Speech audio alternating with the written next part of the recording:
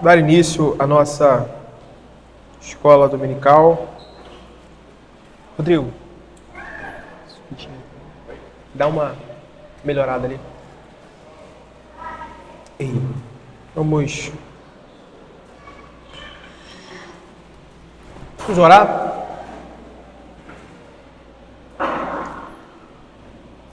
Senhor Deus, Pai Santo e bondoso, nós te agradecemos por Tua bondade, por Tua misericórdia.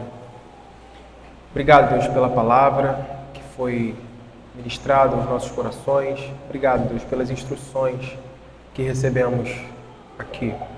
E nesse momento pedimos, ó Deus, que o Teu Espírito continue a nos abençoar por meio do estudo que vamos ver sobre a Tua lei em nossos documentos. Que o Senhor nos abençoe nesse momento.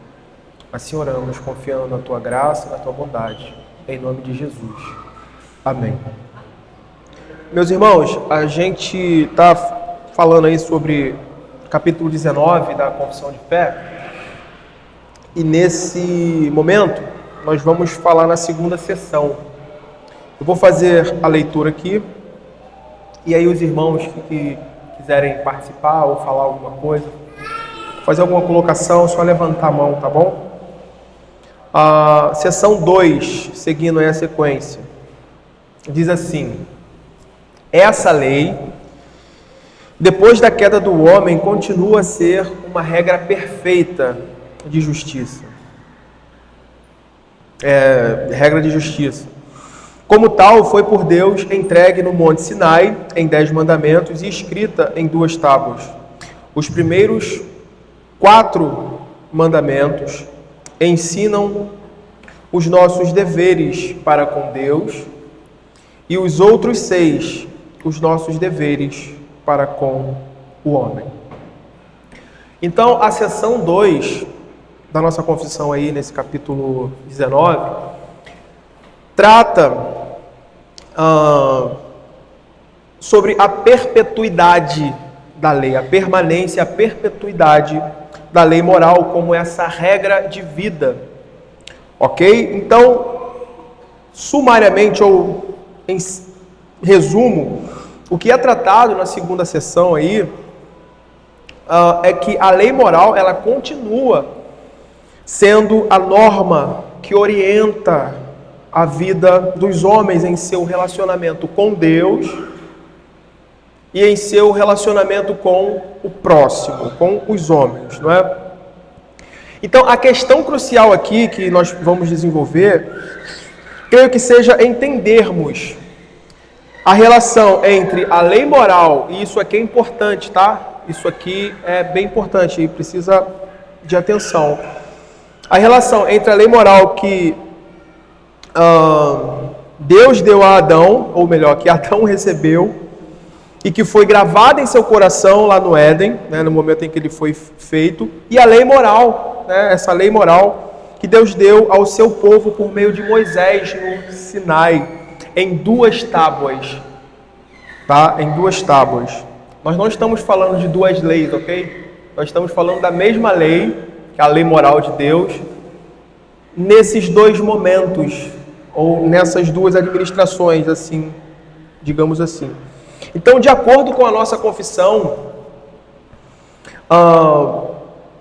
nessas 3, e aí é interessante, sem querer entrar aí na terceira sessão, se não me engano o Rafael vai dar a terceira sessão, sem querer adentrar aí, mas é interessante essa relação que nós temos aí, nessas 3 primeiras sessões, elas estão extremamente ligadas e elas esclarecem a nós aí a compreensão do que significa isso, ou dessa relação que nós temos aí.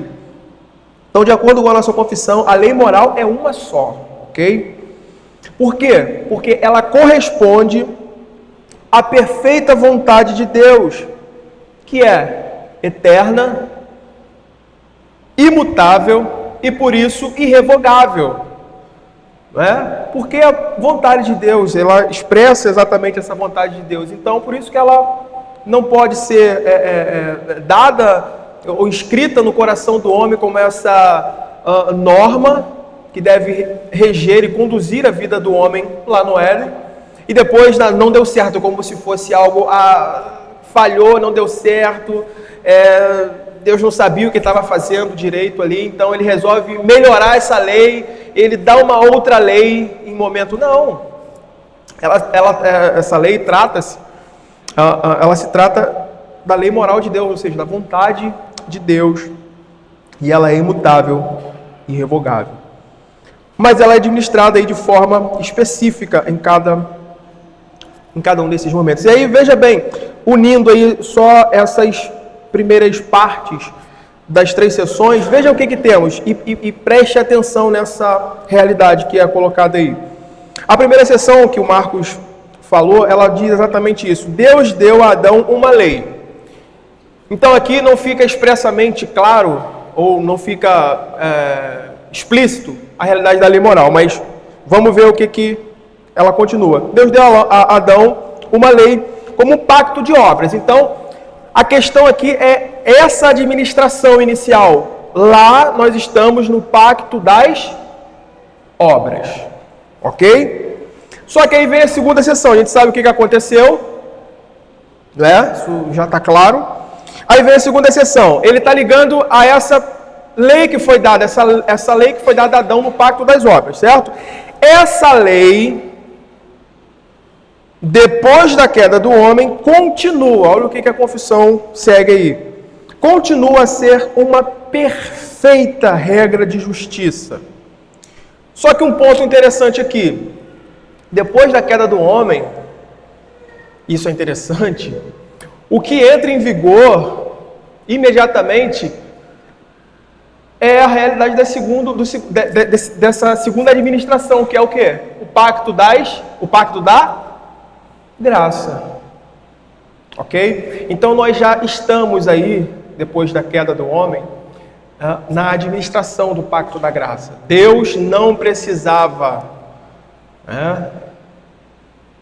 vir ao homem, fazer promessas a ele e dar aí futuramente, dentro da administração, na economia dessa sua graça, dá a lei para que o homem se relacionasse com ele dentro dos seus termos. Deus poderia ter acabado com tudo, enfim, Deus é Deus, né? Ele é soberano.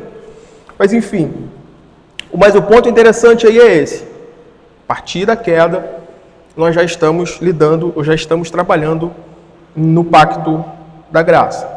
E aí a terceira sessão, ela vai dizer, ela reconhece do que se trata essa lei e liga essas 3 sessões aí no ponto que nós estamos desenvolvendo.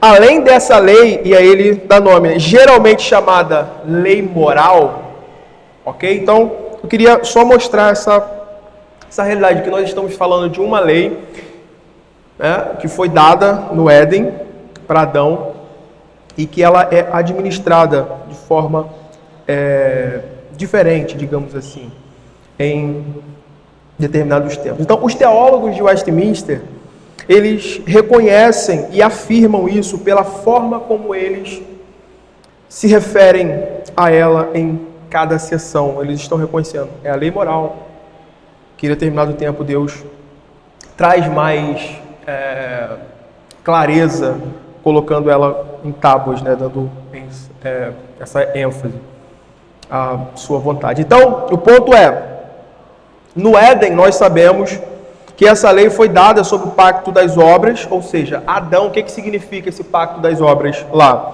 Adão deveria obedecer perfeitamente a lei de Deus para obter vida, ok? Para obter a vida eterna de acordo com a promessa da aliança, como diz aí a primeira sessão. Já no Sinai, esse é o ponto que nós falamos aqui, Israel já estava sob o pacto da graça quando Deus a entrega a Moisés sobre 2 tábuas, né? Ou seja, o homem já não podia mais obter vida por sua perfeita obediência, porque essa obediência já não era mais uma obediência perfeita, era algo inclinado ao mal, manchado, portanto, ele não poderia cumprir perfeitamente as demandas, as exigências dessa lei. E eu queria aqui lembrá-los de algo que a gente já falou aqui, já foi exposto aqui nas nossas aulas anteriores, no capítulo 7 da nossa confissão, que fala do pacto de Deus com o homem. Eu queria ler 2 sessões, que são as sessões 2 e 3. Veja que interessante, que amarra isso que é desenvolvido aqui e mostra a unidade e o desenvolvimento da nossa confissão dentro dessa compreensão. Capítulo 7, seção 2 vai dizer: o primeiro pacto feito com o homem era um pacto de obras. Nesse pacto foi a vida prometida a Adão e nele a sua posteridade, sob condição de perfeita obediência pessoal. Aí a terceira seção: o homem, tendo se tornado pela queda incapaz de ter vida por meio desse pacto, o Senhor dignou-se a fazer um segundo pacto, geralmente chamado pacto da graça. Nesse pacto, ele livremente oferece aos pecadores a vida e a salvação por Jesus Cristo, exigindo daqueles a fé neste, para que sejam salvos, e prometendo dar a todos os que estão ordenados para a vida o seu Santo Espírito para dispô-los e habilitá-los a crer. Então, meus irmãos, uma questão que fica muito clara aqui nessa sessão e nesse ponto amarrando tudo, é que nós estamos tratando, ou nós estamos vendo o desenvolvimento do pacto de Deus com o homem de uma forma já graciosa. Porque a gente tem que dar ênfase nisso, a gente tem que tratar e deixar isso bem claro. Porque muitas linhas, ou na verdade uma linha teológica, chamada dispensacionalismo, nós vamos falar mais à frente, ela dicotomiza isso, ela não observa isso. Isso é muito ruim. Tá? Isso é muito ruim porque parece que nós não estamos lidando com Deus que tem o controle, como nós acabamos de ver aqui, o controle sobre todas as coisas, que a sua criação ela não está sendo desenvolvida para ver no que vai dar. O dispensacionalismo ele desconsidera essas realidades, desligando um evento do outro, desligando essa realidade de continuidade, tá? E aí o que vai culminar nisso lá na frente é que a lei se torna algo obsoleto, a lei se torna algo passado, né? A lei se torna algo que não está mais em vigor. É o resultado, o desenvolvimento dessa linha dispensacionalista é que no período da graça, o que o dispensacionalismo coloca? Ele divide esses tempos em administrações, em dispensações. A dispensação da inocência é um período de teste que Deus deu ao homem lá no Éden. Como não deu certo, Deus encerra tudo e começa uma outra administração, já na administração da consciência. O homem já tomou consciência, agora é uma nova prova, como é exatamente isso. Deus não é soberano, Deus não tem o conhecimento de todas as coisas, Deus está vendo no que vai dar a sua criação, Deus está apostando no homem para que o homem consiga, em dado momento, desenvolver a sua obediência tal que agrade a Deus e Deus então o aprove. Não é nada disso que se trata.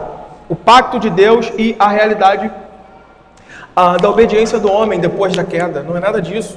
Deus resolve tudo de forma soberana, colocando o seu filho como aquele que seria o único que poderia cumprir satisfatoriamente as demandas da sua lei moral, da sua lei, e então atribuir aos seus filhos os que foram eleitos nele antes da fundação do mundo, como diz também Efésios, para que eles pudessem ser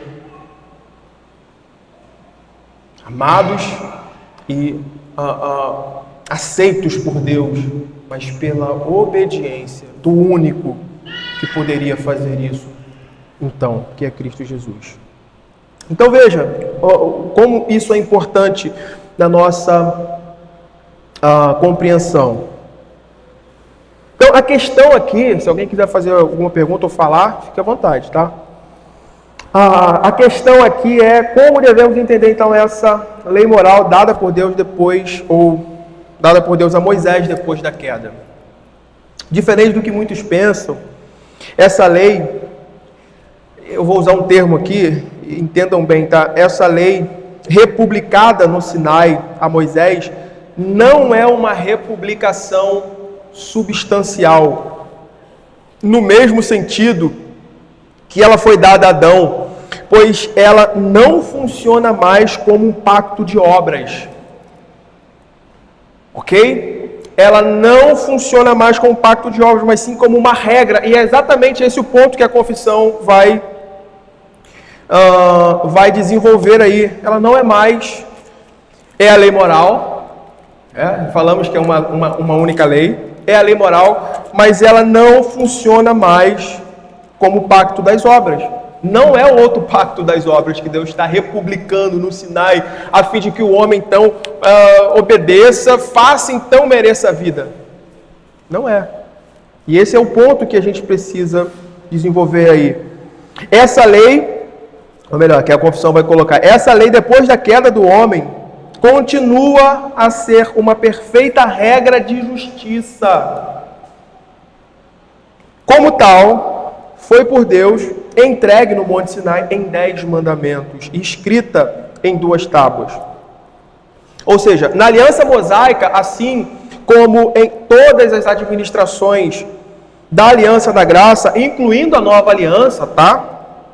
O povo de Deus deveria guardar a sua lei para expressar gratidão e viver sua fé em resposta à redenção de Deus, em resposta ao que Deus fez, ao que Deus já realizou, ao que Deus realizou por eles, não para merecer vida eterna,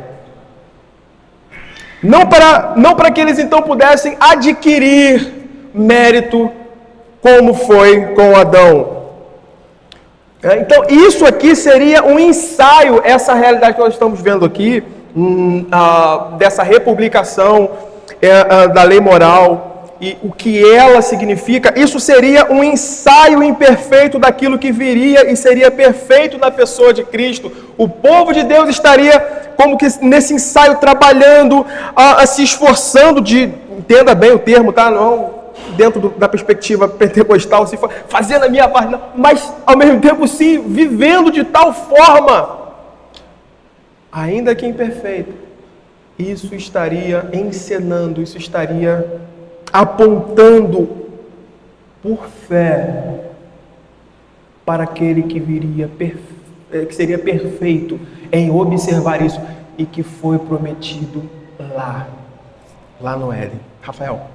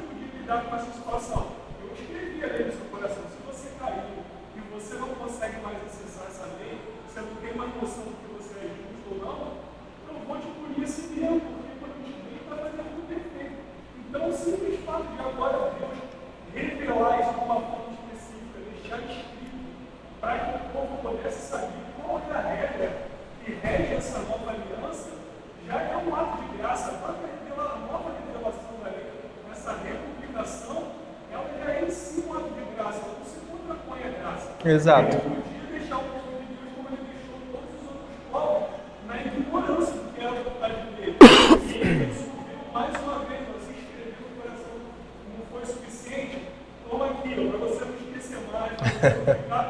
A subjetividade do seu coração, eu vou reduzir isso aqui, é escrito, vai estar aqui, ó, o objetivo para sempre você poder lutar.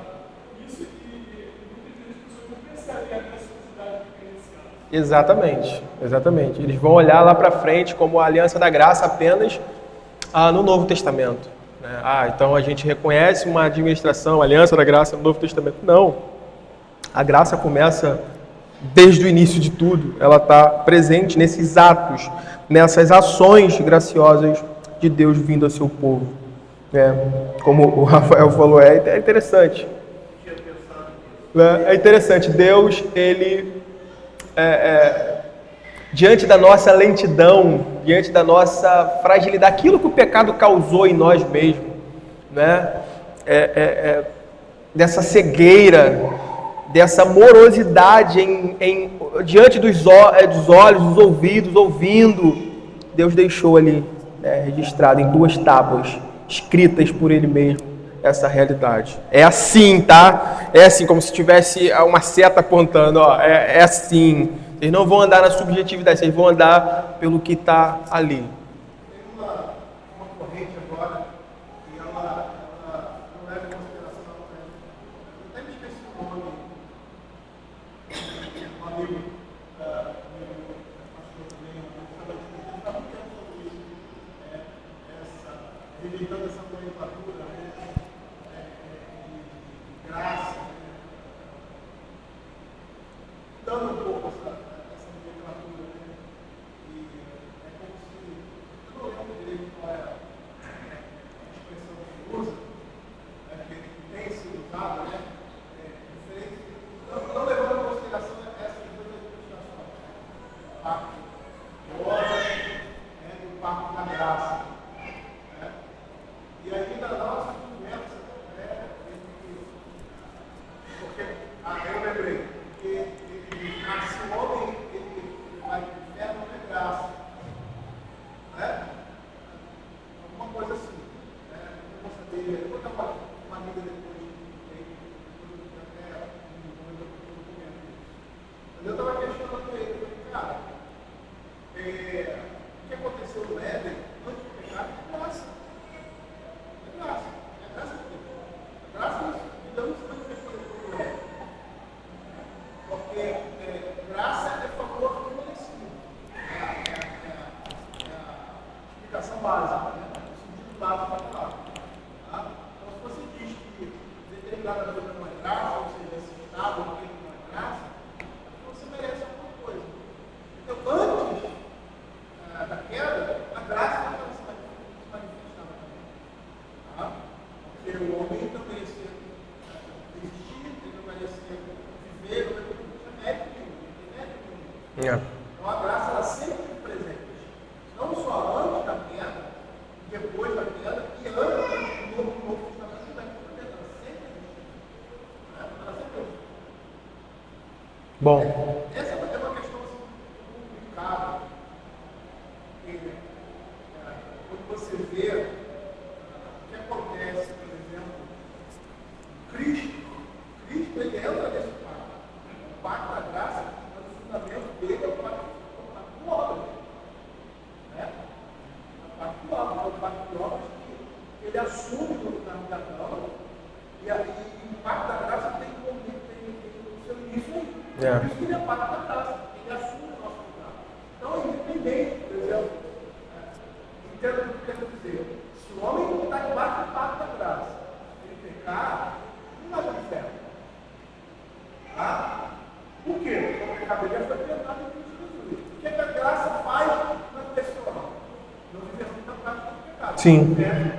A graça de Deus gera nele o arrependimento, a contrição e tal, porque alguns podem dizer que não Paulo ali, onde abundou o pecado, agora está no pecado. Isso é compatível com a graça de Deus, a permanência do pecado. Ela trabalha nesse ponto de reabilitar o homem, de dar esse ânimo, essa disposição em agradar a Deus, em obedecer. Porque a obra permanece. Sim.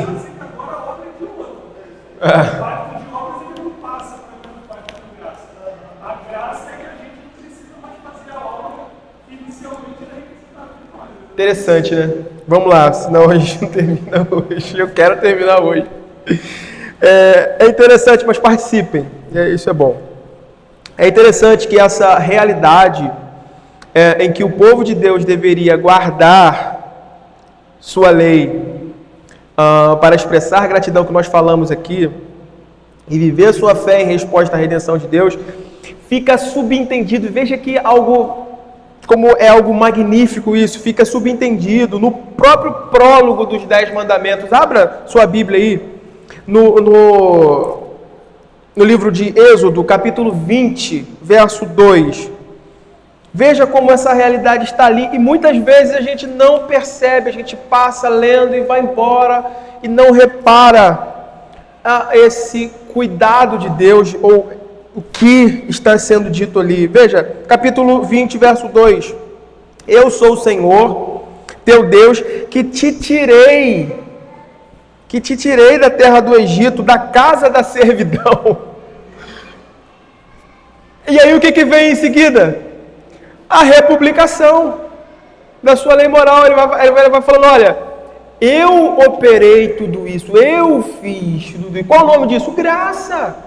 Deus está agindo com graça para contra o povo, não permitindo que eles permaneçam no seu estado de morte, ou melhor dizendo, num estado apático, indiferente a ele mesmo. Ele vai atrás do seu povo e ele republica isso dizendo, por isso não terás outros deuses diante de mim. E segue, né?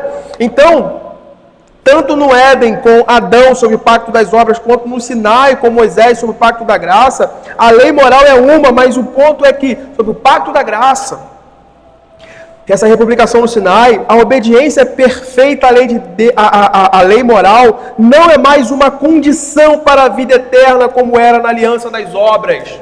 E a gente tem que entender isso. É uma linha fininha, né? Uma linha bem tênue. A gente tem que entender isso.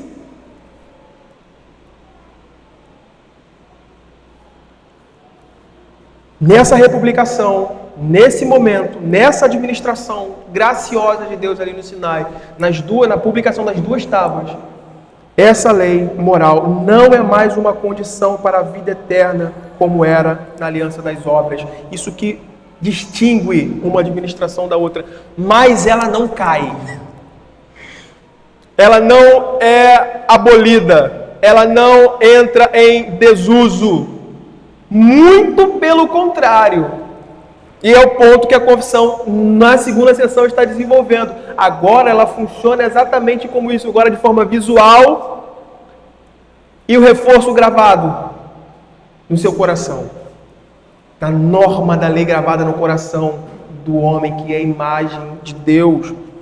Portanto, embora a aliança mosaica tivesse o sistema sacrificial, isso também é muito interessante. Isso nunca pode sair das nossas vistas, né? Esse sistema sacrificial para expiação do pecado de Israel, ela apenas pressupunha uma obediência, entenda, imperfeita ou incompleta, em nome do povo de Deus. E essa obediência imperfeita, incompleta, tipificaria por fé, a obediência perfeita do segundo Adão, Cristo Jesus. Abra Hebreus, alguém que abrir Hebreus aí, lê em voz alta, audível, pra gente, Hebreus 10, 1 a 10.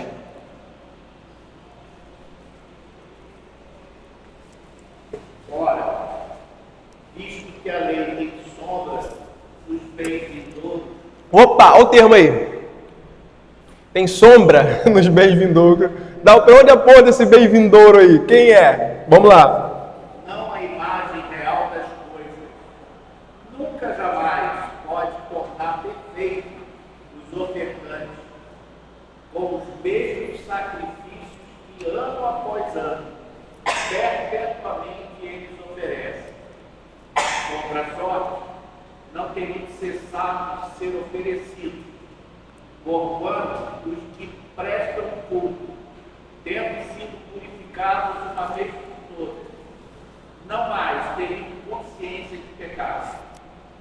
Entretanto, nesses sacrifícios faz-se recordação de pecado todos os anos, porque é impossível que o sangue de todos os que bodes remova pecado.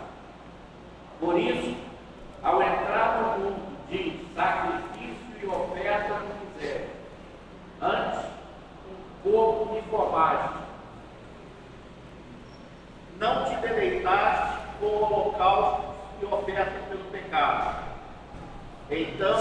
eu disse, eis aqui estou, no rolo do livro está escrito a meu respeito, para fazer, ó Deus, a tua vontade. Depois de dizer, como acima, sacrifícios e ofertas não quiseres, nem holocaustos e oblações pelo pecado, nem com isto te deleitaste, coisas que se oferecem segundo a lei. Então acrescentou, eis aqui estou para fazer, ó Deus, a tua vontade. Remoda o primeiro para estabelecer o segundo. Nessa vontade é que temos sido santificados, mediante a oferta do corpo de Jesus Cristo, uma vez por todas. Que maravilha, né? Uma vez por todas. Exatamente. Ou seja, aquilo que Adão, fracassou, falhou na retidão, na observação, no cumprimento, por sua imperfeição, Cristo assume esse lugar do Israel, do povo de Deus ali representado, cumprindo de uma vez por todas. Por isso eu falei, agora, sobre essa republicação da lei, essa lei ela não tem esse ponto de, eu vou cumprir aqui, Aí é aquela questão do checklist, né? Eu estou aqui cumprindo essas regras aqui, ó. 1, 2, 3. Se nós caminharmos por aí, nós vamos cair na mesma armadilha dos fariseus. Externamente apresentam uma... Cara, isso só pode ser feito de forma hipócrita. De forma hipócrita. Porque às vezes a gente monta todo esse visual religioso, essa casca visual religiosa, para que possa parecer que estamos cumprindo a lei. Mas na verdade o nosso coração... A lei ela não está ligada, não diz respeito apenas a esses gestos externos, mas ao coração, ao espírito da coisa, ao que está no nosso coração, as intenções, as motivações. Então, nós não podemos perder isso de vista. Nós não estamos, só um minuto, nós não estamos obrigados nesse sentido a fazer esse checklist, então nos apresentarmos diante de Deus como alguém com méritos, como alguém que, veja, porque eu cumpri a lei, veja como eu cumpro a lei, Deus, veja como o Senhor pode se orgulhar de mim, como um filho às vezes pode fazer com seu pai, né? Veja, pai, eu tirei o lixo para fora, eu arrumei meu quarto, tá tudo bonitinho, veja, se orgulhe de mim. Ninguém pode fazer isso, só Cristo. E Ele nos atribui isso de forma graciosa. A gente acaba consolidando cada vez mais a percepção das duas naturezas de Cristo. Sim. Porque somente Ele poderia cumprir. Perfeitamente. É isso. Então, meus irmãos, fechando essa primeira parte aí, eu vou conseguir chegar a uns 15 minutos aí. Depois da queda, a lei moral, já sob o pacto da graça, é materialmente republicada ou reafirmada no Sinai como um princípio espiritual. Aqui que os fariseus caíam. A lei é espiritual, lembram? Como esse princípio espiritual, uma regra de vida e justiça dos filhos de Deus. Então, resumindo, a lei moral é a mesma, mas sobre essas duas, mas a administração muda. Em Adão, a obediência perfeita para merecer a vida. Interessante agora, em Israel, a igreja de Deus é um guia para Cristo em uma norma, e uma norma para a santificação, para a santidade.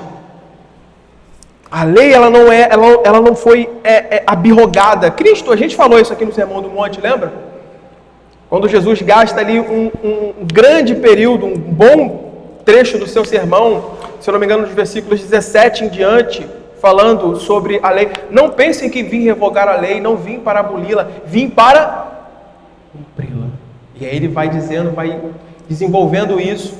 Lá no final dessa sessão, nesse tema ali, ele vai dizer exatamente isso. ele fecha com essa afirmação: se a vossa justiça, se a justiça de vocês, dos discípulos, não exceder em muito a dos fariseus e escribas, não entrareis no reino dos céus. Então, o ponto é esse espírito aqui da lei, que deve nos conduzir a Cristo em santificação, em santidade, ou seja, em conformação à pessoa de Cristo. Eu acho interessante aqui o que o Roger, comentando aí a confissão, ele vai colocar: portanto, enquanto Cristo cumpriu a lei por nós, o Espírito Santo cumpre a lei em nós, santificando-nos em completa conformidade a ela. E a obediência a esta lei, e em obediência a esta lei, o crente produz aquelas boas obras que são frutos, ainda que não o fundamento de nossa salvação. Ou seja, isso deve estar presente. E o fundamento disso, aquilo que nos motiva isso é o quê? As boas obras, a agradar a Deus. É a lei de Deus. É a própria lei moral de Deus que nos instiga isso, em amá-lo, em agradá-lo. Cumprimos isso. E agora é isso que nós temos na parte final, e é onde é o meu desafio agora. Vai dar. E aí o Senhor dividiu isso em 2 tábuas, como temos aí descrito na confissão. Tira a parte de 3 aí, senão o Rafael vai brincar comigo depois. A parte final da segunda sessão. Os primeiros 4 mandamentos ensinam os nossos deveres para com Deus. E os outros 6, os nossos deveres para com o homem. É interessante esse ponto, porque aqui fica claro esse tema da perpetuidade da lei moral sob o pacto da graça. Isso é importante, meus irmãos, justamente pela questão que nós falamos no início. Por essa linha dispensacionalista de enxergar a vida, de enxergar a providência de Deus e o cuidado de Deus em todas as eras, em todos esses tempos. Dispensacionalismo limita o uso e observância da lei como regra de vida e justiça, e apenas o período da dispensação da lei, que vigora até Cristo, segundo eles. Nesta dispensação, ou seja, na era presente, a lei não tem lugar. Eles dizem: agora nós vivemos no período da graça, irmãos. Eu nunca vou me esquecer disso. Eu fiz um trabalho uma vez falando sobre essas linhas, ou essa linha que desenvolve no nosso caso, a aliança de Deus, né, o pacto de Deus com os homens. Mas existem algumas linhas concorrentes de olhar para todo esse drama da criação, queda e redenção e consumação. E aí eu lembro que a gente tinha que defender ali. Cada grupo tinha que defender o seu, né? Vender o seu peixe. E aí eu caí justamente na dispensacionalista. Fui selecionado com os alunos, então vai lá. E eu fundamentei mais e solidifiquei mais ainda a minha perspectiva no aliancismo, na aliança, justamente por ver esses erros. Eu fiquei com o dispensacionalismo, isso é terrível, né? E aí tem o aliancismo, o dispensacionalismo e o promessismo. Quem desenvolve o promessismo ali, a figura icônica ali, é o Dr. Walter Kaiser. O cara é bom, o cara tem, né? Tem o Antigo Testamento ali, tem muitos comentários bons dele. Ele trabalha nessa linha promessista. Deus vai fazendo promessa, enfim. Mas quando eu olhei a fundo, investiguei, olhando ali, né, minuciosamente essa questão do dispensacionalismo, o final das contas é um Deus pobre, é um Deus destituído de glória, dos seus atributos de onisciência, sabe? É um Deus que está apostando todas as fichas no homem. E ele fica ali como que aquele apostador que vai lá, aquele cavalo vai vencer. E ele bota tudo ali e fica ali assim. Não. Deus tem o absoluto controle de todas as coisas que está acontecendo. E a aliança de Deus garante isso. Deus está conduzindo para um determinado fim, para a consumação de todas as coisas. Então, o dispensacionalismo, meus irmãos, é um disparate, é uma loucura, porque a lei, nesse sentido aí, ela vigora de Moisés até a chegada de Cristo. Chegou Cristo, acabou essa administração da lei, agora estamos na administração da graça. Então viva cada um de acordo com aquilo que é mais correto aos seus próprios olhos. Volta àquilo que nós vimos lá no Antigo Testamento. Cada um fazia o que lhe parecia melhor. Isso é uma loucura. E nós precisamos entender isso. O único sentido em que nós, como povo de Deus, estamos livres da lei moral é que estamos livres da sua condenação e de suas penalidades. Nunca somos livres para desobedecer. Nunca somos livres para desobedecer os mandamentos de Deus. Livres no sentido de desobrigados. Nós nunca somos desobrigados a desobedecer. Ou, por outro lado, quando a gente fala desobrigados, nós não temos essa liberdade de adulterar, de dar falso testemunho, de cobiçar. Existe essa norma permanente da lei moral de Deus que rege e conduz a vida do crente debaixo da vontade de Deus. Ela nunca entrará em desuso. Portanto, a partir desse parágrafo é possível entender que a lei universal gravada em Adão continuou a ser uma regra de obediência obrigatória para a sua posteridade, que sob o pacto da graça no Sinai foi resumida, e aí está essa questão, como o Rafael colocou, e codificada pelo próprio Deus em 2 tábuas de pedra em 10 mandamentos. Não tem desculpa mais, né? Não sei, estava subindo, está ali. Os quais resumem o dever dos homens para com Deus e para com o seu próximo. Próprio homem.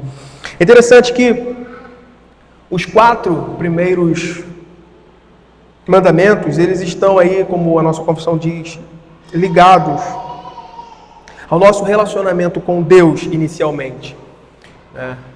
E a própria forma estrutural como ele é dado não é aleatório. É algo que, como o pastor falou aqui, nessa estrutura escriturística ali, nessa questão de ordem, a própria estrutura já nos ensina, já é didático para nós. Então ele começa, com o nosso relacionamento com Deus, e esse relacionamento se fundamenta no amor paternal de Deus para com o seu povo, de onde fluem todas as bênçãos concedidas ao seu povo. E aí eu gostaria de chamar a atenção de vocês para algo interessante que está lá em Deuteronômio 6. Abra de forma breve aí, bem rápida. Deuteronômio 6. Qual é o contexto ali? Qual é o ponto ali de Deuteronômio? A repetição dos 10 mandamentos, certo? No capítulo anterior, nós temos aí a repetição dos mandamentos. E logo a seguir, temos isso aqui. O Senhor se dirigindo ao seu povo. Ouve, capítulo 6, verso 4 e 5. Ouve, Israel, o Senhor, nosso Deus, é o único Senhor. Aí agora veja, 5. Amarás, pois, o Senhor teu Deus, de quê?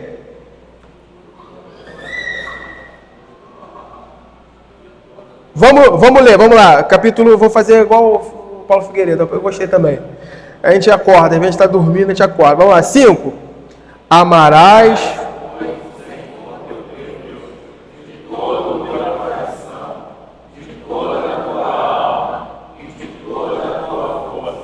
veja, repetiu, e aí ele veio a seguir, apontando e mostrando para onde isso, para o fundamento da nossa obediência a Deus. o fundamento da obediência dos filhos de Deus. E aí eu achei magnífico o que um comentarista do Antigo Testamento, comentando Deuteronômio, vai dizer. Prestem bastante atenção nisso que ele vai dizer. O mandamento de amar é central, porque todo o livro de Deuteronômio se refere à renovação da aliança com Deus. E embora a renovação demandasse obediência, essa obediência só seria possível quando fosse uma resposta de amor para com o Deus que retirou, o Deus que retirou o povo do Egito e estava conduzindo a terra prometida. Mas veja algo que ele coloca. Mais interessante ainda é perceber que a linguagem de amor aqui empregada está associada à analogia do relacionamento pai-filho.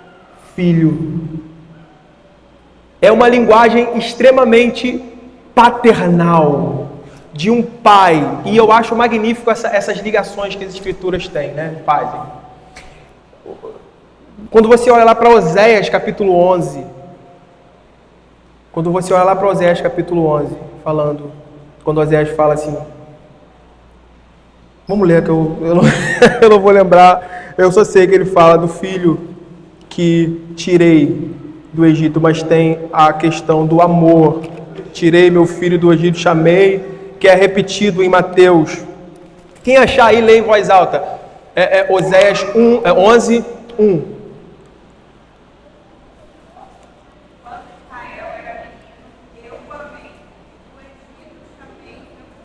Ponto. Que ligação, né? Então veja, que o amor de Deus para com o seu povo, para com o seu filho Israel, que em última instância está apontando para Cristo, né? Não é isso? Está intimamente ligada, e a obediência do seu povo está intimamente ligada ao amor paternal, essa relação pai-filho. Essa obediência em amor. O ponto aqui é que a ordem para amar, preste atenção nisso, isso é muito importante, era baseada no amor precedente de Deus, que havia sido demonstrado aos israelitas, primeiramente no Êxodo, e em um contexto mais amplo em sua eleição. O povo foi chamado para amar a Deus com inteireza do seu ser, ou seja, todo o seu coração, de toda a sua alma, de toda a sua força. Então veja que interessante é o que nós temos aí fechando essa segunda tábua, essa segunda parte aí da segunda tábua, das duas tábuas que é falado. Primeiro mandamento, esses quatro primeiros mandamentos. Quem ama ao Senhor não tem outros deuses. Essa é a linguagem que é usada ali. Amarás o Senhor teu Deus de todo o teu coração, de toda a tua alma, de toda a tua força. Quem ama a Deus, quem está nesse relacionamento pactual, que estabelece Deus como o seu único Deus e o seu Pai providente, aquele que supre tudo o que ele precisa, e todo o fundamento da sua vida está no seu Pai. Fica claro entender essa primeira realidade e a segunda. Quem ama a Deus não tem outros deuses. Quem ama ao Senhor não faz imagem de esculturas, ou seja, não vive na idolatria. Quem ama ao Senhor não toma o nome em vão. É como se ele profanasse o nome do seu Pai. Ele não toma o seu nome em vão. 4. Quem ama ao Senhor guarda o seu dia como um dia deleitoso. É um dia separado pelo próprio Deus para estar com o seu povo. É a nossa feira. É o momento em que estaremos em comunhão com Deus e com os seus filhos. Da mesma forma, a segunda tábua segue esse princípio, tendo em Deus o fundamento para a nossa relação com o próximo. Quem ama a Deus honra, como esse reflexo, né? Ele está honrando a Deus, que é o seu Pai. Ele vai honrar o seu pai e a sua mãe físicos, terrenos. Ele vai honrar. Ele não matará, não adulterarás, não furtarás, não dirás falso testemunho.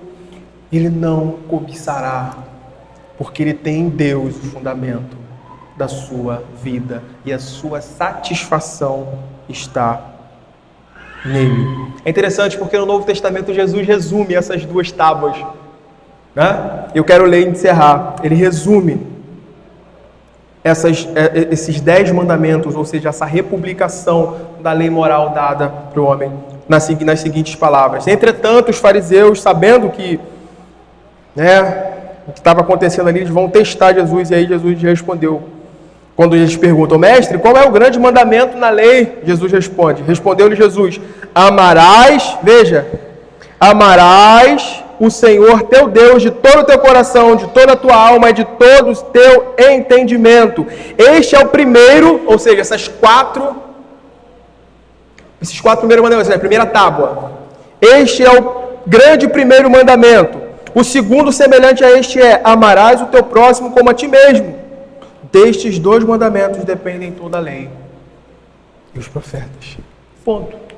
É o ponto que ele resumiu. Então, muito pelo contrário de estar em desuso. Olha, 17. Desculpa. Muito longe de estar em desuso e ser algo que não cabe à vida cristã. A nossa vida está fundamentada no mandamento de Deus. E nós vivemos isso pelo Evangelho, pela graça revelada em Cristo Jesus, em obediência, confiando nele quando falhamos, que ele nos sustenta e nos conduzirá à vida eterna. Oremos. Senhor Deus, te agradecemos por esse momento, te agradecemos, ó Deus, por vislumbrarmos essas grandezas da tua palavra e nos deleitarmos no aprendizado, no conhecimento, aprimorando-nos, ó Deus, para a vida. Fica com o teu povo, continue, ó Deus, produzindo em nós vida para a tua glória. Leva-nos guardados em paz. Em nome do teu Filho amado Jesus oramos. Amém.